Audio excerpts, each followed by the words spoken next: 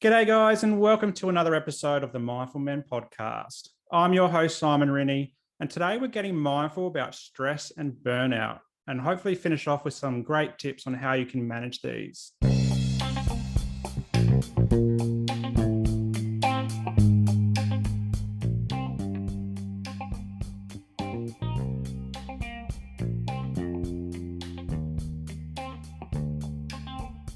I'm really excited. I've got April Likins today from Virginia, USA. How are you going, April? Hi, how's it going? So good to see you. It is nice to see you, and thanks so much for coming on the show. I'm really excited about talking about burnout because for all the listeners out there who've been following my journey, burnout was something that rocked my world back in 2020. And I think burnout is such a prevalent thing that we've got happening in our community today, and particularly since COVID's come on board. So I'm always interested to hear different stories about burnout because we all experience mental illness or life differently. So I'm interested to hear about your experience of burnout and what you do in the burnout space. But before we get there, you're also a board certified health coach and you specialise in stress management. Can you tell us a bit about what that kind of role is and who you support? Yeah, so I really help busy professionals, predominantly women. I do work with a few men, just help them on finding balance, finding the hidden stressors. Often there's hidden stressors in our lives that we're not even aware of, and help them get better sleep and really find balance so that they can either recover from burnout or prevent burnout and really just feel their best inside and out and walk in their passions and their purposes. And so this, like this is a topic I'm really passionate about because as a former, workaholic and people pleaser, I really understand like how challenging it is to manage stress and how if it's left unchecked, it can be so damaging to your mental health, physical health, your career, your relationships. I mean, it can just snowball into a lot of different areas. And were you interested in burnout and stress management before your experience of burnout, or was this something that happened after the fact? I really wasn't. No, I've been into the health and wellness space probably, I would say 15 plus years. So it started back when my dad was first diagnosed with a really aggressive prostate cancer. He was young, he was 49. And at the time they gave him like a 50-50 shot of survival. And we were really close. So he was like the kind of dad that was a coach and a mentor and a guide and all the things. And so, of course, naturally I was devastated, to hear the news. And I'm kind of a researcher sometimes. And so I really just looked into like, what the heck is going on that we're having this, exponential rise in disease and cancer and all this stuff too, and how stress plays a role in epigenetics and our environment and all of that. So we kind of dove into it together and really revamped our diets and lifestyle. And I really, looking back, it was so cool because I feel like him making those healthy changes gave him some extra years and gave us some extra time together. And that was really amazing. And so burnout didn't hit for me until after he ended up passing away. And, so I think sometimes if I'm honest, when we're going through hard things and emotions that we don't want to feel, it's really easy to turn to things, to cope. And that can be workaholism. It can be food. It can be alcohol. It can be binge watching Netflix, shopping, addictions, any number of things too. And so though I had made those healthy changes with him after he passed away, I kind of reverted back into my old habit of workaholism just to not have to deal with the grief, and the emotions and the things that I was feeling. So I was just burning the candle at both ends for a couple of years. So working really late, like 1, 2 o'clock in the morning, not eating consistently, not working out consistently, just kind of all over the place. And it caught up to me. So after a couple of years of really doing that, my health completely collapsed. And when I say collapsed, I mean, we went to the Caribbean during a huge mosquito outbreak and I came back and I couldn't get up. Mm-hmm. And that went on for about 1.5 years. And so dozens and dozens of doctors trying to figure out what the heck was going on with me. And it was a really dark time too, but, and not being believed, and not having experts, anywhere from cardiologists to cancer doctors. I mean, the whole gamut trying to figure out what was wrong with me. And they couldn't figure it out. But it was a dark time. And so it was eventually I got hooked up with a health coach and by accident. And she had been through a health collapse And so she understood what kind of sort of what I was going through. And she was just 100% for me. And so that was life-changing for me. And that kind of planted the seed years later that I ended up deciding to be a health coach. Looking back, I really feel like, that stress and not taking care of myself for those couple of years as I was, just walking through that grief really tore up my immune system and kind of set me up for this whole cascade of chronic stress. But I think, with burnout, and I'd love to hear your opinion on it too, but I think there's this misconception that burnout just like hits you, out of left field. And it's like, wow, where did that come from? When the reality is there's a series of a lot of things stacking up over time that eventually it's just, you get to a point where you've just had enough. Yeah, it's an interesting comment because like before I experienced burnout, you hear it in the workplace and a lot of people think of it just as a workplace stress.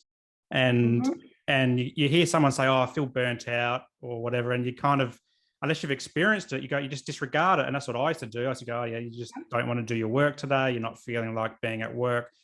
But then, as you say, it's almost like a slow burn of a candle at both ends. And it happens for a long period of time. And unless you deal with that stress or you have the release and you get the help that you need or you identify it early, for me, it ended up in complete hitting a brick wall and I couldn't function. I couldn't think straight. My head was in a cloud. I was tired. I was grumpy. I had lost faith in the work that I was doing and the joy in life, really. And it wasn't until going to the doctor, and I'm glad you found out that person who kind of got what you were going through, because I went to my GP and I was saying what was happening to me. And he said, this is burnout because I've been through that and I know exactly what you're talking about. And then I was able to get that kind of help. And it's interesting because recently, and that happened in 2020 for me. And then recently my doctor's now been on some long-term leave. And so I went to see a different doctor and I was talking about burnout again because I've been feeling burnt out earlier this year. And he disregarded it like I would have disregarded it previously. Like, oh, are you just feeling a bit stressed at work or whatever? I'm like, no, I feel burnt out and I've been through it. I know what it feels like. I know what it is. And he said, well, it's not really a medical thing, burnout. And I'm like, really? Like what the other GP told me it was, and I got some great help, but your view is so different. And it sounds similar, like going through the hoops with different specialists or doctors trying to figure out what's going on, and no one can quite pinpoint it. But it's not until you find someone who's experienced it or knows about it that you can actually get some answers. Yeah. So I had other things going on too. So I had Lyme disease. I had a mosquito illness from the Caribbean trip and all that stuff too. But a lot of my symptoms to the burnout kind of hit before that for me. And then the physical symptoms were just crazy, similar to yours. I wasn't sleeping. I had insomnia. I couldn't think straight. I actually couldn't finish my sentences. I couldn't understand what you were saying to me. Laying in bed, twitching at night, chronic pain all over. My hormones went out the wazoo. So I had severe cycles. And it was just, everything went haywire kind of all at once. But to your point, and I love that you mentioned that, because I think, it's not always easy to put ourselves in other people's shoes until we've been through something similar. And it just gives you a completely different perspective on that. And you're able to, just have empathy for the things that other people are going through. Burnout is huge right now too. And I'm such a firm believer, although, this was a whole nightmare for me to deal with losing my dad and then this whole years, because it took years for me to pick up the pieces of my health. I feel like there's always a silver lining for everything that we go through, and there's purpose in the pain. And that often those hardships can be fertile ground for growth for us. But not only that, if we're willing to kind of lean into them, they can be a huge source of hope and encouragement for others. Yeah.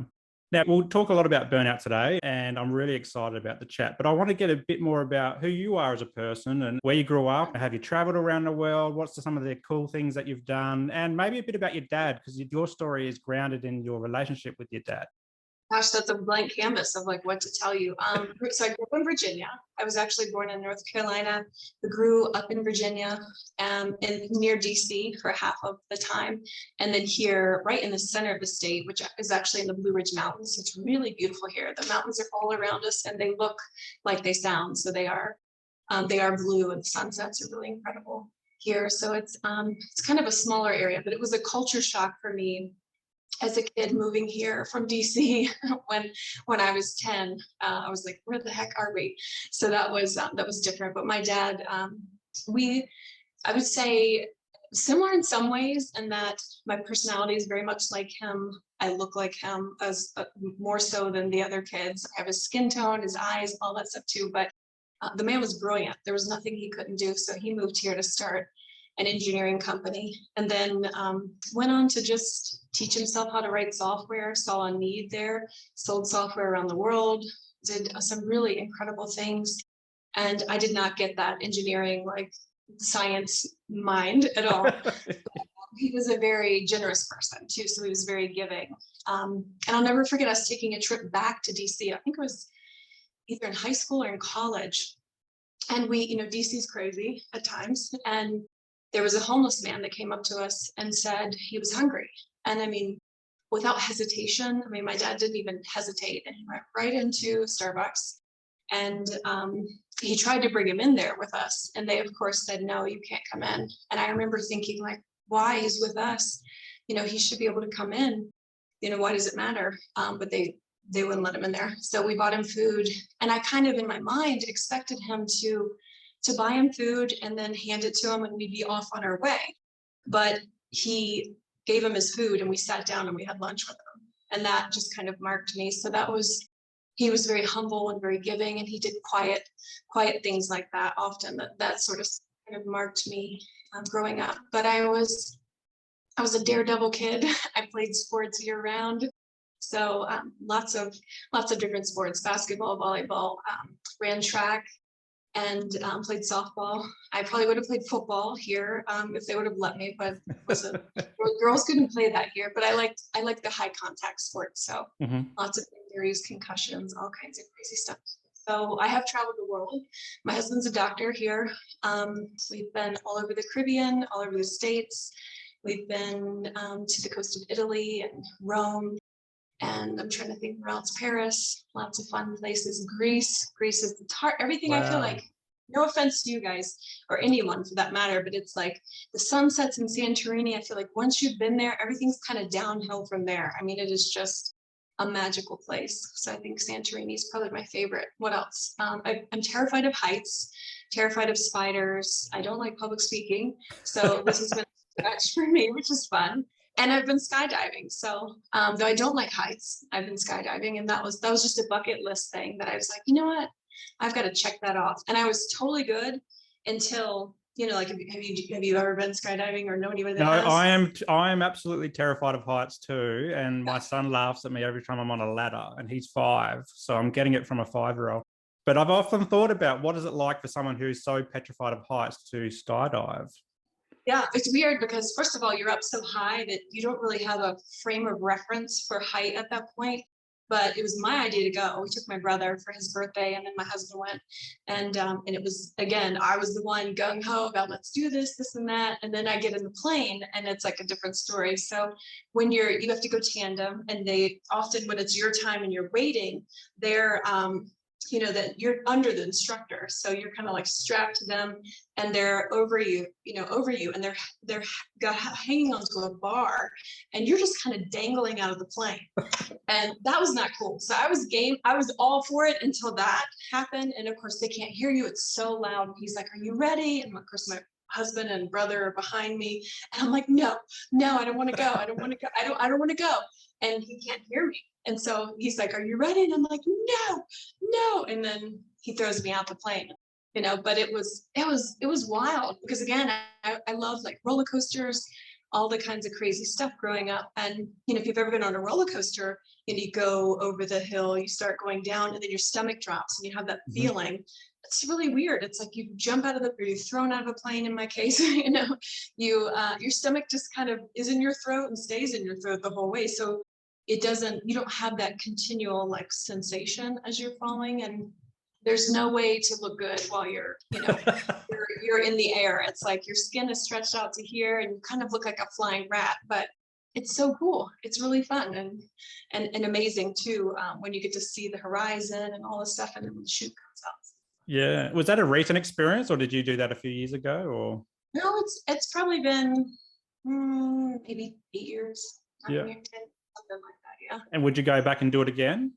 I would, yeah, but I feel like I've checked that one off. Although I'll be in California in a couple weeks, and hang gliding off the cliffs in California is a big thing. And I'm like, ooh, I'm a little tempted, but I'm like, wait a minute, maybe I should do that. I mean, at least you don't watch them, jump off, the cliffs. But whether or not I'll participate, we'll see. Cool. And what about work? Like, what's your work career look like prior to you becoming a coach? Good question. So I was actually in design and project management for many years. So that's what I went to school for. I initially went to school for interior design. I'm really good at interior design. That's just a snapshot, but I love I'm not, if you decorating. look at my, it, mine's very basic.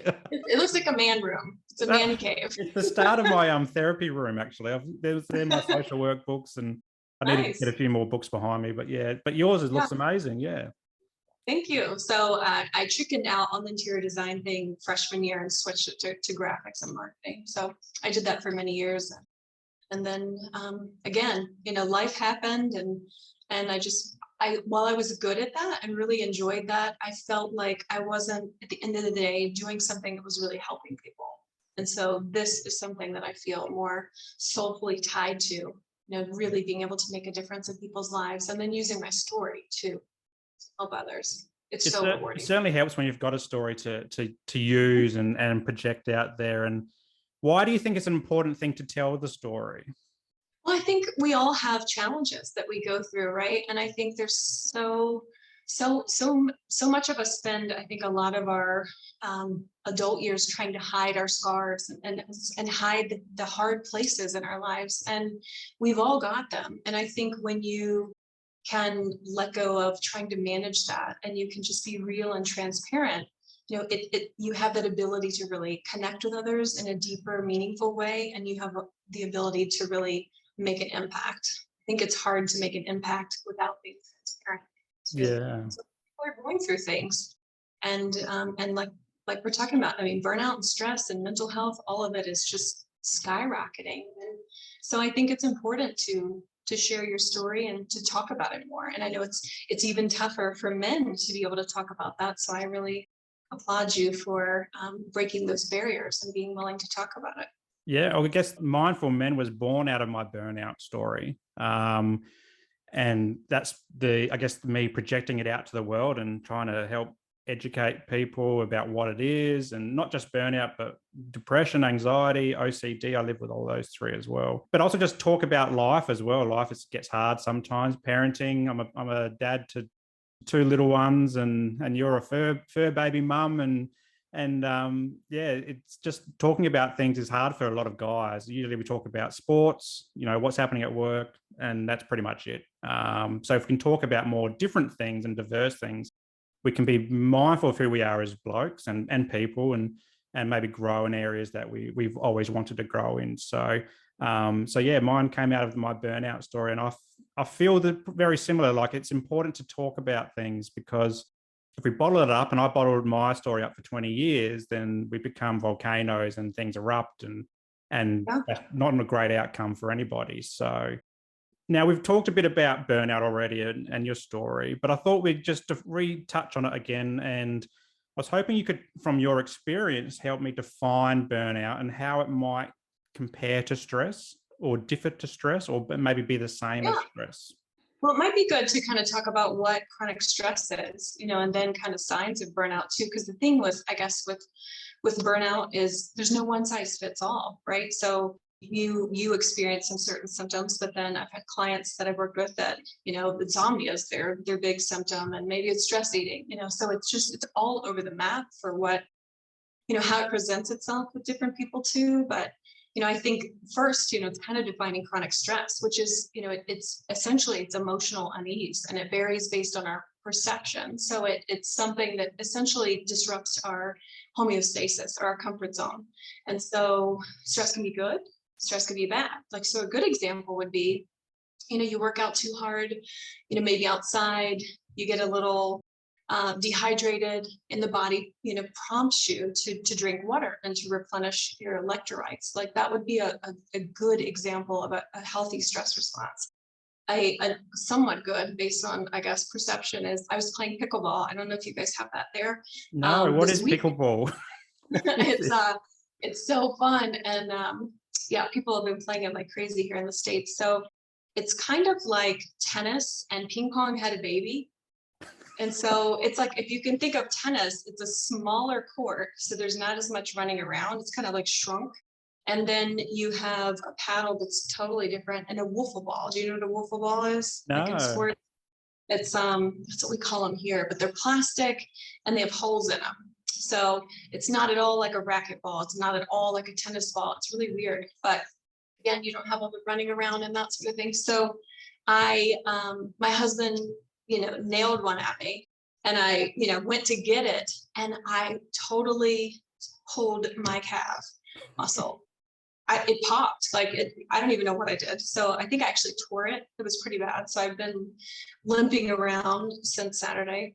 And so, but that's an example of a somewhat positive stress response. So in that, my leg was injured. My body responded through bruising and through swelling to kind of take care of the area in that too. And so I've been riding around on a scooter here and hopping on one leg since Saturday.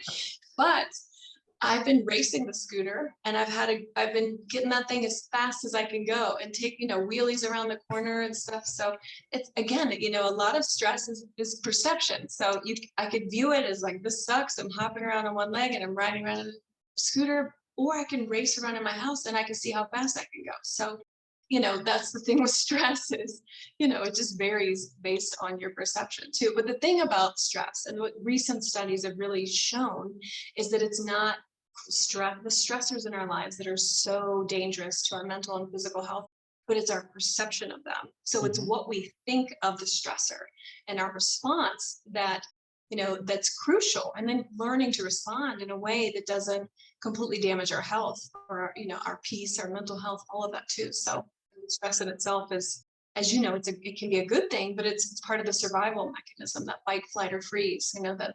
It's designed to just protect us from harm and all of that too. So, but like we were talking about in the beginning, it's one of those things that it can cause a chain reaction and a domino effect in your life, where one thing can kind of lead to another thing, which can lead to another thing, and lead to a health collapse or burnout and that sort of thing too. And so, warning signs of burnout vary based on the person. And so it can be feeling chronically exhausted and tired all the time, fatigued, increased anxiety, depression, sleep issues is a big one. I see often with people that's a big sign too. So either you're wrestling with insomnia, you're having trouble falling asleep, you're having trouble staying asleep.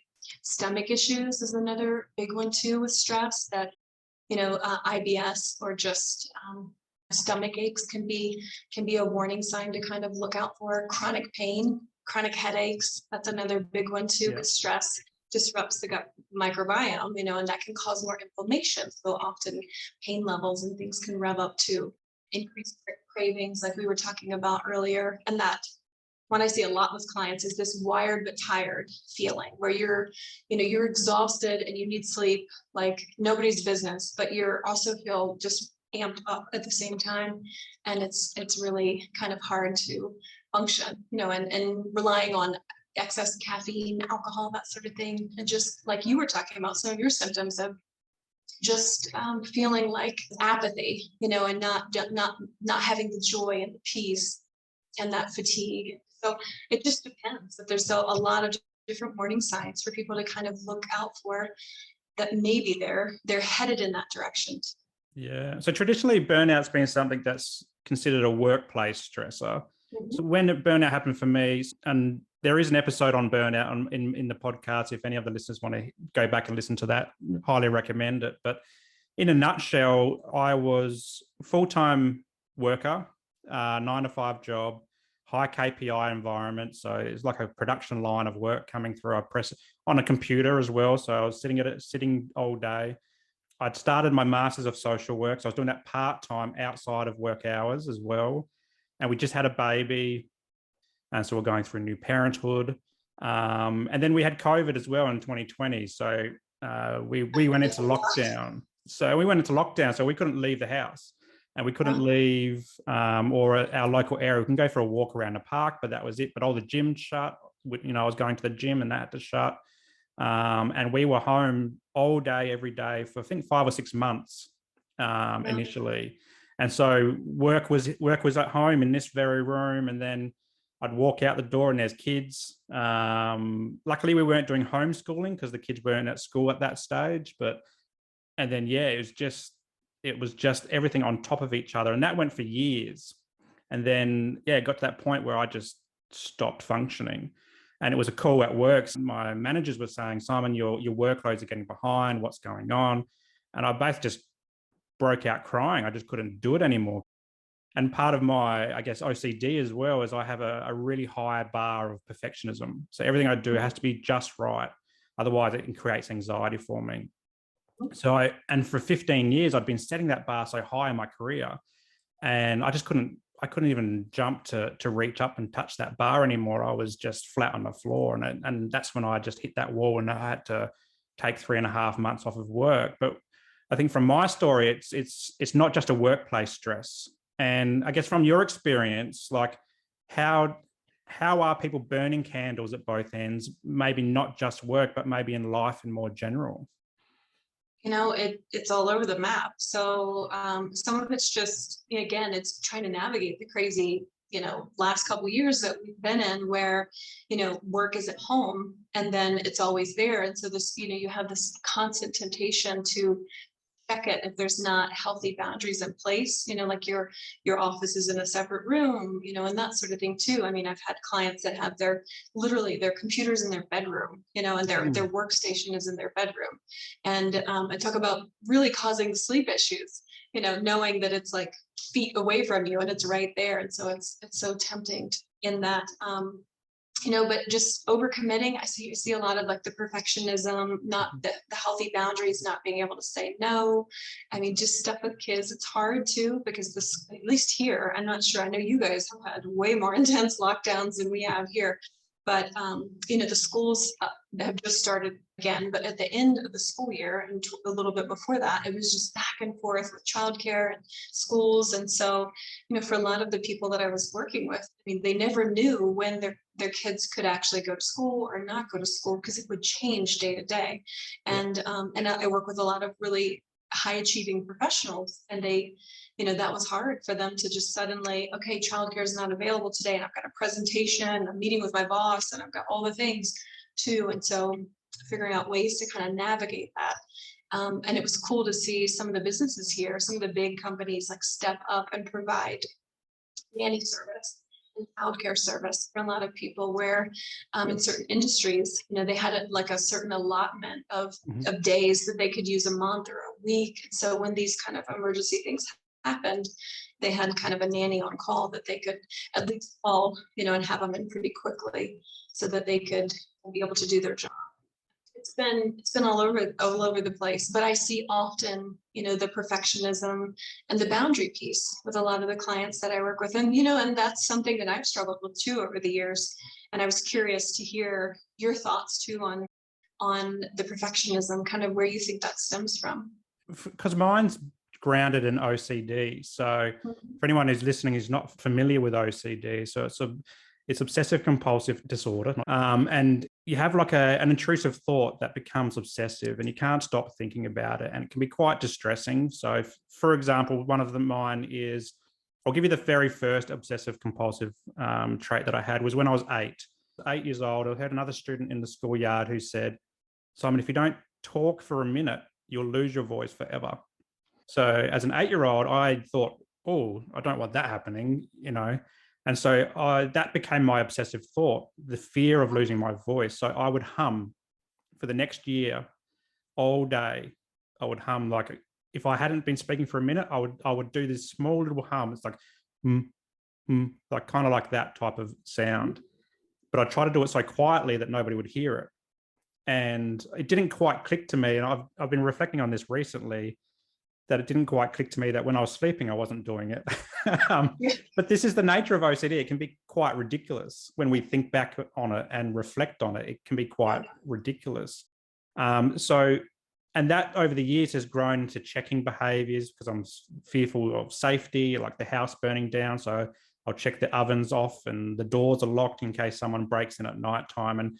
And all these little things over the years have developed this, and they say it a lot in the OCD space, it's just right OCD. You need to have everything just right.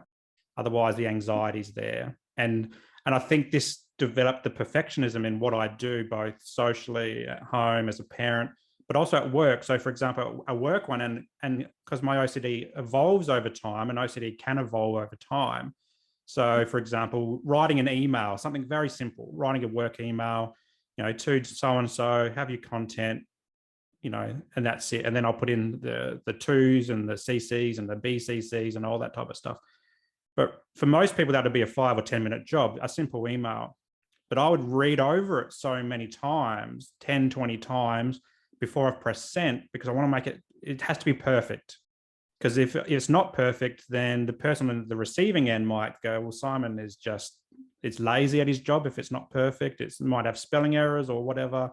Or maybe the tone of the email might sound like he's yelling at me. I know a lot of people think about that when they read emails and stuff like that.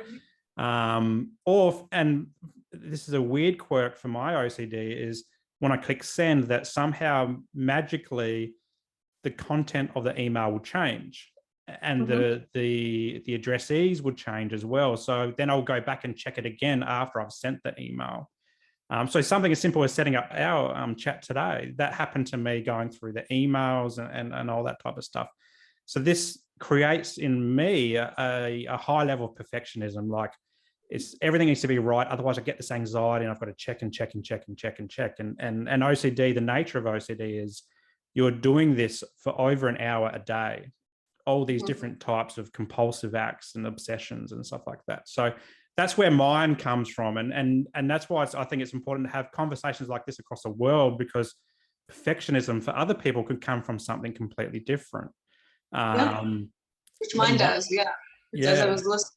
I don't relate to your story completely, but I do in the fear response. So you were saying the fear that the email was going to change, and or there's a mistake, and what would people think of me in that, or if I've made a mistake. And to me, I have that tendency sometimes as well, more so in younger years. It's been working on it the last 5 years or so, but I think it stems in a fear of man for me, almost like a fear of, it's different than perfectionism. It's like a fear of failure or fear of perceived failure. But I think that and it can tie in. It's interesting how perfectionism can tie into people pleasing. They're two different things, but they can kind of tie together. And I see that in my life too. But I think that for me, the root of the perfectionism just goes all the way back to childhood, where my dad and I had a really great relationship 18 on, but he was so successful and so busy and very active in his church and all this stuff that he was never around. And when he was around, he was working. So he was off limits. So I spent the first 18 years not really having him around other than sports. And homework, usually the stuff that I need help with, science and math, which I was horrible at. I'm so horrible at.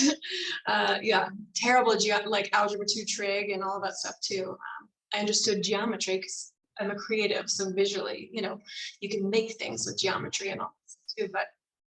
But as a child, I didn't get a lot of love and attention unless I was performing. So if I got good grades or I excelled at sports, which I did for a lot of years until I finally rebelled, I figured out what was happening. And I was like, this is stupid. I'm not going to, be on the varsity team and do this and that, if that's the only way I'm going to get, attention. So, but I see that often with clients too, that it can go all the way back to childhood, where the only time they got praise or, rewarded or any sort of encouragement was if they did something. But if they didn't, they were unseen in that too. So I guess that's part of my story.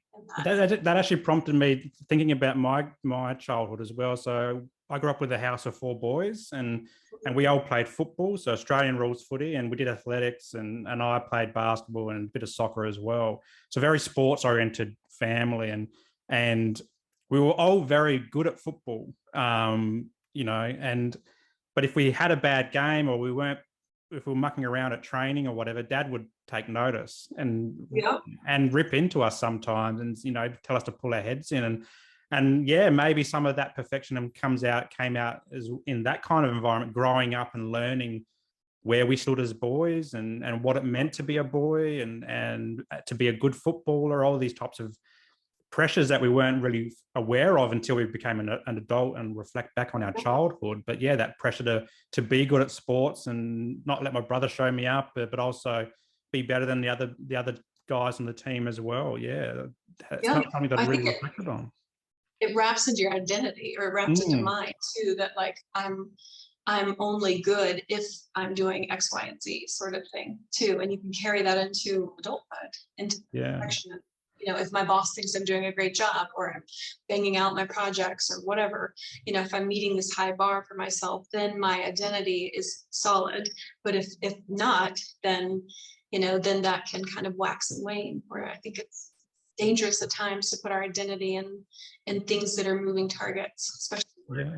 Yeah. And it doesn't just have to be at work as well. It could be in parenting. So comparing ourselves to other parents, or even our own parents as we go, or in our social circles. You know, we always have a bit of a joke around what's happening in our neighborhood. So keeping up with the Joneses type stuff. And we Right. put a lot of pressure on ourselves that's really undue. Like, and you know, we even social media. So you know, we're both on Instagram, and you often see the good, the pristine Instagram, but then you see a lot of people that, like what we're doing, just showing more of a real Instagram, Yeah. you know, feeds and so forth. So there's pressure just in every aspect of our lives as well to be perfect, to show that perfectionism and not show that we're hurting or anything like that. And I guess that's why it's important to have these kind of conversations, because not everything is all glossy in life as we go. So I feel um, like there's freedom in letting go of that. And I didn't, yeah. you know, sometimes I think in life, you know, when you're on the other side of something, you don't realize it until you're looking back, you know, in that. And I think it takes, kind of to your point in the beginning, you know, if you're trying to manage something or hide something or stuff something, it's almost like a pressure cooker or a crock pot. You know, over time, you know, it's eventually kind of going to come out, or you're just spending all this energy trying to keep the lid on it and keep it hidden and that sort of thing too. And I don't even know where I heard this comment years ago, but like sunlight's the best disinfection, you know, and it's true, you know, that you can, you know, there's a lot of work in trying to maintain your image, you know, and trying to be perfect, the perfect parent, the perfect employee, the perfect whatever, the perfect basketball. But I bet I could take you though at basketball. I still got it though. So I was shocking at basketball. I I thought I can. had range, but I didn't have any range at all. Now football is um, a different story, but yeah. but coming back to your burnout story, at what point, like we're thinking about this, you know, trying to be perfect and trying to be high achievers, or being high achievers, not necessarily trying. But at what point did you know that you were hitting that wall, or you'd reached that your limit? Like, what was that moment like for you? I think it was a lot of the symptoms we were talking about. You know, sleep was, I mean, I really struggled with insomnia for years, and it was bad, like 2 hours a night, and it would go on for like months. So you would have trouble functioning. You know, that'll really jack you up. It's really interesting. The studies that have come out here recently your DNA changes after one night sleep. I mean, there's so many things that are crucial for the body to sleep. So there was that, you know, just kind of a loss of joy, Mm-hmm. and apathy, you know, was big kind of for me too, you know, the fatigue, but I think, and a loss of fun. And I see that often with people too, with burnout, that if they're close to burnout or they've hit burnout, often there's a lack of fun and joy in their lives. You know, they're so busy with all these other things that they haven't, you know, made time for rest and self-care and fun and creativity and all these other things. Because, you know, the reality is unfortunately there's stressors all around us. Like that's just the nature of, you know, the planet we live on. You know, they're going to keep coming at us. And again, it's the perception of them that are so dangerous. But what's really helpful is having resilience tools Mm-hmm. that you can use to counter that. And so that's things like quality sleep, you know, that's movement, that's healthy boundaries, that's taking breaks, or actually taking a lunch. I talk to people all the time, but they just work right through lunch Mm-hmm. and they skip it. And that's a big one. You know, it's listening to your body, and it's asking yourself daily, you know, like, what do I need today to thrive? what do I need today? And it might be, I need some vitamin D. We haven't been outside in a couple of days, like let's go outside and for 20 minutes, or I want some movement. I'd like to, hike on the treadmill or go outside or whatever. It's just really asking yourself and checking in at least once or twice a day of like, how am I doing? What do I need? And then responding, in grace to what you need. So in that self-care and that sort of thing. Spending time in nature is huge. Mindfulness, social connection is massive, and that's, I think that's been one of the biggest casualties in all of this, was the loss of human connection for all of us. And studies are now showing that connection is tied to our longevity, and our immune system, and so in our mental health, and so many different aspects, that we didn't realize, because we're wired, to be in community. We're hunters and gatherers that are wired for just partnership with other people, and to be able to see people. And this is great, being able to talk on Zoom type meetings, and that's wonderful than just text messaging and not talking to anybody. But there's a different power in sitting next to somebody face to face and having a coffee, and catching up with them about their day or life. Too. And so it's making sure you've got those resilience tools that you can kind of pour back into your cup that can counter, the stress and the burnout. But the reality is, there's some things that you'll never be able to counter. So there's no amount of self-care if there's a horribly toxic, boss that you're working for, or you're in a really toxic relationship. No amount of taking bubble baths, and doing face masks are going to counter that. It's not enough of a resilience tool. You need more tools. And like we were talking about, how stress can stack up into burnout. The cool thing is the opposite can happen. Your resilience tools can stack up too and counter it. I'm glad you raised that point around toxicity in your life. And so I had my first burnout 2020, and then I felt like, when I was talking to my counselor at the time, I said, what happens if it happens again? Because I was scared that it was going to happen again. I didn't want to take another 4 months off of work. And she said to me, Simon, like, you'll just recognize it from a mile away. So you'll be able to put in your self-care, tools in, your resilience building tools in place earlier, which I did. But then I found this year, for example, I'd finished my Masters of Social Work last year. I wanted to have my own business.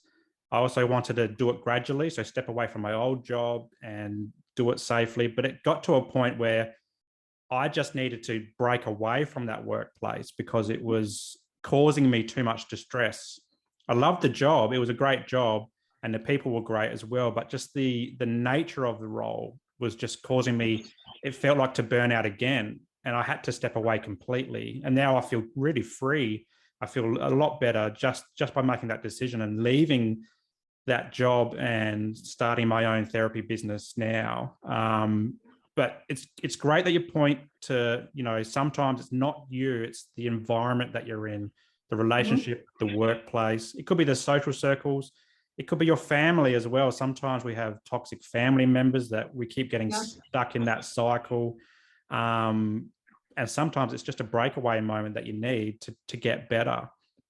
I'm curious too if you would have gotten there as fast, or even had that insight, because you had already hit burnout, and then you started to realize, like, oh, this work environment isn't serving me, and so then you were able to change directions, which is really cool. And that, and so I think we're always a beautiful work in progress, and we're always learning lessons that we can take into the next experience and the next experience.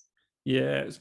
When you hit burnout, and we talked a lot about self-care just then, which is a great lead into, to some advice around what people can do in their day-to-day life to try and manage stress and so forth. But did you need help to identify the things that you needed to do? So, for example, for me, a counselor or a mental health social worker, I went and did some counseling with one of them.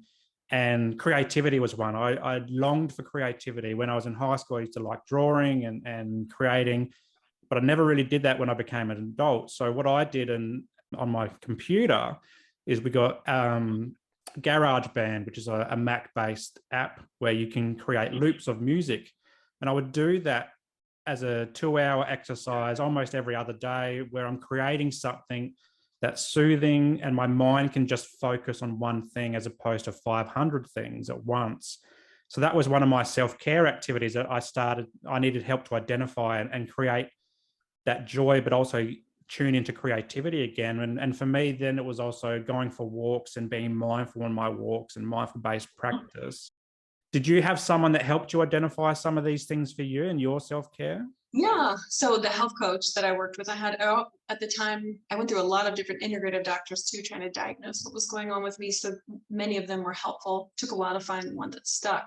The rest of them really couldn't help me. All the other specialists and that sort of thing. So the integrative doctors were helpful in that, and the health coach especially, because she had been through that, so she knew what to look for and all of that. And so it's interesting. Yeah, creativity was something that was missing in my life too, and something I learned through the Institute for Integrative Nutrition too, because I was an artist growing up. So I was an athlete, an artist, and I just stopped making art. And so I feel like when you've done something for a lot of your life and then you don't carry that into, adulthood, it's almost like a piece of your DNA is missing. And so for me, it felt like, gosh, I've been creative my whole life, and then I just stopped, doing it outside of work, and design and that sort of thing. I had to do it, of course, for the job, but I wasn't just creating art just for the sake of joy and for myself, sort of thing too. So I got back into some of that stuff. My mom's actually a really amazing artist. So I've done some art stuff with her and different things, but just getting back into what is fun, and again, I think we lose that as adults, and I talk to clients about that often, and I'll ask them, what do you do for fun? And they just look at me and they're like, I work out and I go outside, and like they can't answer. But if you ask a child, hey, what do you do for fun? Like they'll just start, they don't even hesitate. They're like, I play with my trucks and I like to go outside, and then like I do this and I play sports, I play baseball, and they just rattle off all these things, and as adults, I challenge you to ask people that question, because they often cannot answer you. And I think that's a big missing piece for a lot of us, and it's a really important one in preventing burnout. I talk about it often, that rest is the antidote to burnout, that there's power in pausing, and that, in that pausing, that means being still, and resting, which is really hard for busy people and doers and type A personalities. And I'm all of the above in that, but there's really, and then fun, and making time for fun and joy and giving yourself the permission to have fun. That's something, I've worked with a lot of people in that too, that it's almost like they're so wrapped up in being busy and achieving things and doing stuff that, fun and rest seems like a waste of time, and really shifting your mindset to like, no, that's a part of self-care, that we can't pour and pour and pour and pour out from an empty cup and thrive. That's why if you're on a plane, they tell you put on your oxygen mask first, before helping others, because, if you don't, you're not going to help anybody. It's a recipe for burnout. So I think it's getting back in touch with what were those things that you enjoyed as a kid? What are those hobbies? And get back into those, however weird, if it's building boats or, model cars, or playing sports again, or whatever it is, doing art, tapping back into that part of you that really had immense joy. Is really, it's one of those big resilience tools that can help in a giant way. Yeah. And what's some of the daily routines that you put in place for you to I guess, to work through your burnout, but also maintain balance afterwards? Yeah. So rest, making time for rest and fun and play. We talked about that. Mornings are really important for me, being mindful in the morning. We've all had the mornings where you like wake up late and it's crazy. You'd hit the ground running and you're just trying to get out the door. And then the rest of the day is like a crap show. It's ridiculous. And so, if you can just pause a little bit in the morning, there's a huge difference in being reactive and being proactive and being strategic with that. And so I have friends, bless them, that's not me, that get up at like 4:00 in the morning, and they like to read for an hour, and they'll listen to a podcast, and then they'll strategize their schedule and do all this stuff before their kids get up. And that's great. That works for them. But even if you could just have like 20 minutes, in the morning to drink your coffee or whatever you drink in the morning. Maybe it's read something inspiring or listen to, the Mindful Men podcast, or get in a little movement, do a meditation, just something where you're being intentional to just create space for you and to pour back into your cup, as opposed to immediately waking up and checking your email and reading the news and all that stuff too. And I mean, it's hard to have a good day when you start off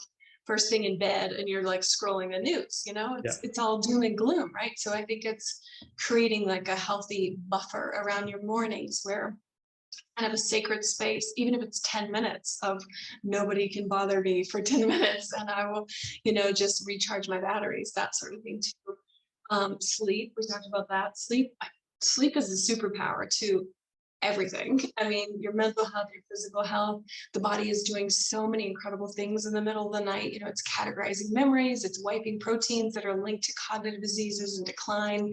It's boosting the immune system. I mean, I could go on and geek out on you on all that stuff. And so it's really important to make sleep a priority. And there's different seasons in life, so it's doing the best you can with the season you're in, but really aiming for getting that 7 to 9 hours of sleep a night, and in that sweet spot, because their studies are showing that 6 hours or less is when the negative things, the epigenetics, the genes that you don't want are switching on. It's changing your blood pressure, it's changing your blood sugar. I mean, all these things too. And so figuring out what your sweet spot is, what number do you feel your best? And so for me, I think it's a lot of times it's like 8.5 hours, that I need a lot of sleep. And sometimes you need more sleep than others, where it's been a tough week or you've had whatever, you're starting to feel run down, and it's okay, to give yourself 9-10 hours of sleep if that's what you feel like you need. As a nerdy tangent, I was researching this for a different podcast that I was on recently, and sleep. And I was looking up LeBron James, and do you know who he is? I mean, everybody knows who LeBron James is. He sleeps like 12 hours a night. And then he takes naps on top of that. So people joke that, if he's not playing basketball, he's sleeping because he makes it a priority. But my point is, you're starting to see people really kind of grasp the importance of sleep, where you're seeing CEOs talking about it, you're seeing athletes talk about it, because it really is, it's so crucial. If you want to thrive inside and out, it's hard to do that without quality sleep. It's like we were talking about, I think in the beginning too, is shifting your focus, in how you're viewing the stressor. We've all had common things happen to us, like traffic, right? You're headed somewhere important, and then there's a detour, or there's a wreck, or there's whatever, and it's a standstill. You can freak out, and sit in your car and bang on the dashboard and yell and do whatever and have a meltdown. Or you can recognize the stressor. Okay, it is what it is. I'll do some deep breathing. Maybe I'll call my mom. I haven't talked to her in a while. I mean, whatever. I'll listen to a podcast. It's about that, again, switching your focus and seeing it from a higher perspective too, but also asking yourself, what's the gift in the challenge? What can I learn through this? Because even in the hard places, there's still something that we can glean from it, whether there's one good thing or it's just a lesson. Learn from it. That's been really powerful for me. And I'm not naturally wired that way. I'm a realist who wants to lean like a pessimist. So I've had to work really hard over the years in that area. Making time for movement is so crucial, and de-stressing and preventing burnout. And it doesn't have to be like, oh, I have to work out an hour every day, or even 30 minutes. Studies show that all movement is beneficial to the body. So if you've got 10 minutes, move for 10 minutes, take a walk around the block, that sort of thing. Even better if you can get outside.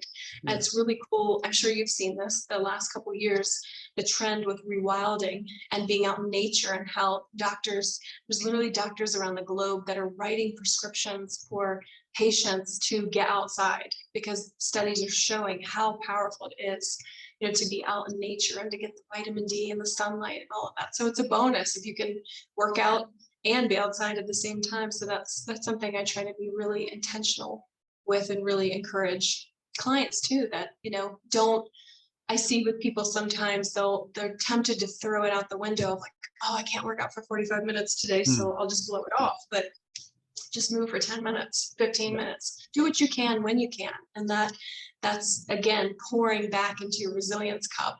Even if it's just a little bit, it's building those resilience tools back up too. And then breathing. I mean, the simplest is really just to breathe, and the easiest. But when we're stressed, myself included, we shallow breathe. And breathing is just the quickest and easiest, like walking, way to regulate the nervous system and really switch out of that fight or flight system into the rest and digest system. Yeah, I love those tips, and I love that whole concept around challenging the perception of the stress. Why are we stressed, and rediverting it to something that's more helpful, something grounded in mindfulness or anything like that. It's just really powerful, and you can do that on the go. A lot of parents, for example, so we've got 2 little ones, so we're always on the move. We're always trying to entertain kids or keep them from being grumpy, trying to feed them or whatever, and you don't have time. But finding time, even if it's to go out for a walk, your partner can take care of the kids while you go for a walk, or do some meditation, read a book. Maybe less flicking through the phone, and pick up a book or something, just digesting some good information, getting outside in the garden, spending time. We've got a little veggie patch that the kids love to get into, and those things you can do. That's movement. It's not necessarily a 45-minute hard sprint down on the beach or something like that. It's that gradual movement that, as parents particularly, we can find those little pockets of time over the day to get outside or do something that's grounded in mindfulness. So I love that. April, I love our conversation. I could talk about this all day. I love talking about No, we could probably continue another hour and so forth, but I'm mindful that it's getting a bit late over there than it is over here. It's only the start of the day here. So a couple more questions and I'll let you go. I'd love to hear your advice for someone who they're feeling stressed or burned out. At what point should they get help, and where should they turn to help? Yeah, well, again, it depends on the severity of the symptoms, in that. So it could be, having a conversation with just trusted friends or a partner around them too, and just having an honest, transparent conversation there. It could be talking to their medical doctor about it. It could be talking to a therapist about it. Cool thing about therapy too, as you know, that, we've got all these new virtual companies that popped up during COVID. So if that's something that feels intimidating, to someone, there's amazing virtual companies. This is one of them. Yeah. Yeah. You can talk to Simon in the privacy of your home. Home. Yes. In working with a health coach. I mean, any number of things too, or just even having that introspection to kind of look for the hidden stressors and then evaluate, okay, and start to build these resilience tools too of, okay, what can I do to counter that in my life too. Caffeine was one we didn't touch on, but I often talk to clients about that one too. And it's like too much of anything can be a bad thing with caffeine. And I see often that one can throw people off because, of course, it's a stimulant. So it can overstimulate you and increase anxiety and that sort of thing too. But it's a huge one with sleep.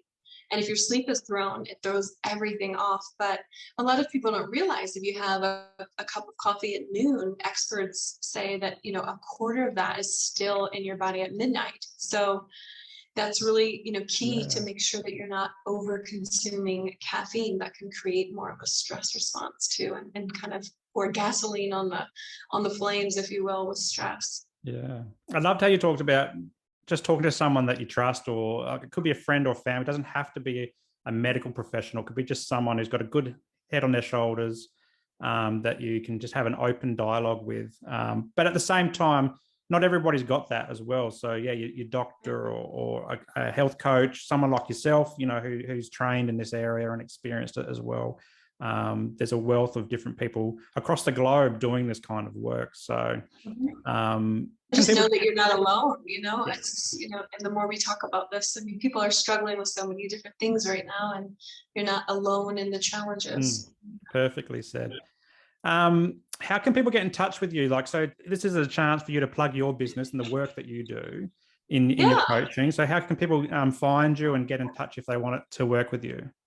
Yeah, they can connect with me on my website at aprillikins.com. I'm on Instagram. The handle's different. It's Globy Lovely on there, all over LinkedIn. Depends on the platform of where you want to hit me up. But it's always great to hear from you. So if anything resonated, feel free to reach out. I have a new free resource too on the website that I put out recently called 15 Ways to Say Goodbye to Chronic Stress. So if you didn't take notes, I've got you covered.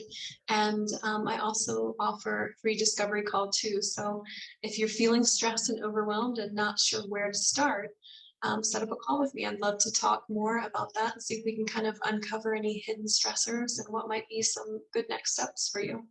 Awesome. And I'll put the links to all your socials and your website in the show notes so people can access them if they want them. But the very last question is to plug something. I always love this question because it doesn't have to be something to do with burnout or stress. It could be just something that makes you feel good. And hopefully one of the listeners might tune in and go, oh, I might try that, or listen to that, or watch that TV show, or anything you want. I have been into heart rate variability and biohacking lately, and that it can be a wonderful tool for de-stressing. I love the company called the Heart Math Institute. They have a really awesome device that you clip onto your ear that helps to track your breathing and your heart rate. And the key with heart rate variability is just like it sounds. You want to have a variation between your heartbeats, and you want it to be to have these big loops when you're able to see it in that. And so it's interesting. There's times where I still wrestle with my sleep. And my husband is the type that he loves, if it doesn't blow up or some sort of action thing, like he doesn't want to watch it. And in the evenings often we're watching stuff. And I'm not gonna lie, I like that stuff too, but I'm also highly sensitive and I'm an empath. So I absorb everything. And so I set off an experiment recently just to see, because my heart rate variability is usually pretty good. And the cool thing about that is it's kind of like your weight set point. The more you work on it, the more you can reset it, and your stress response gets better and better and better. It's kind of like deep breathing or meditation on steroids. So it's fast. You can be in code red, and then you just do that for a couple minutes and it resets your entire nervous system. But I was curious, it's like, okay, why am I not sleeping well on these nights when there's like more action shows going on or whatever? And I brought it out and I started doing it while we were watching the show. And it was really interesting to me that my heart rate is like 100% in the green, when things are normal. But then the second something really dramatic starts to happen, it tanks. It goes right into like the red. And I'm not even consciously aware that, my heart rate is changing and my breathing's changing, but it is. And it's enough that it will throw off my sleep. Not that I have trouble falling asleep, but it raises my cortisol level. And I wake back up at like 1, 2, 3 o'clock in the morning sort of thing too. So wow. It's just an awesome device. It can help you sleep better. And it's wonderful for sleep and stress and PTSD and all kinds of cool things. They have lots of studies on it. It's through the Heart Math Institute. Cool. I'll grab the link from you for that as well, if you don't mind, and we can put it in. It sounds really interesting. So, April, thanks so much for your time this evening for you and this morning for me. I really do appreciate you coming on and sharing your insights into burnout and what you do and your knowledge and so forth. So thanks so much for your time. Thank you. Yeah, thanks so much for having me on the show. And you're right, it's such a powerful conversation. We could have chatted another hour, but it's getting late here, and you've got a whole day ahead of you. So we'll have to connect again. Maybe dive deep into sleep or something else exciting.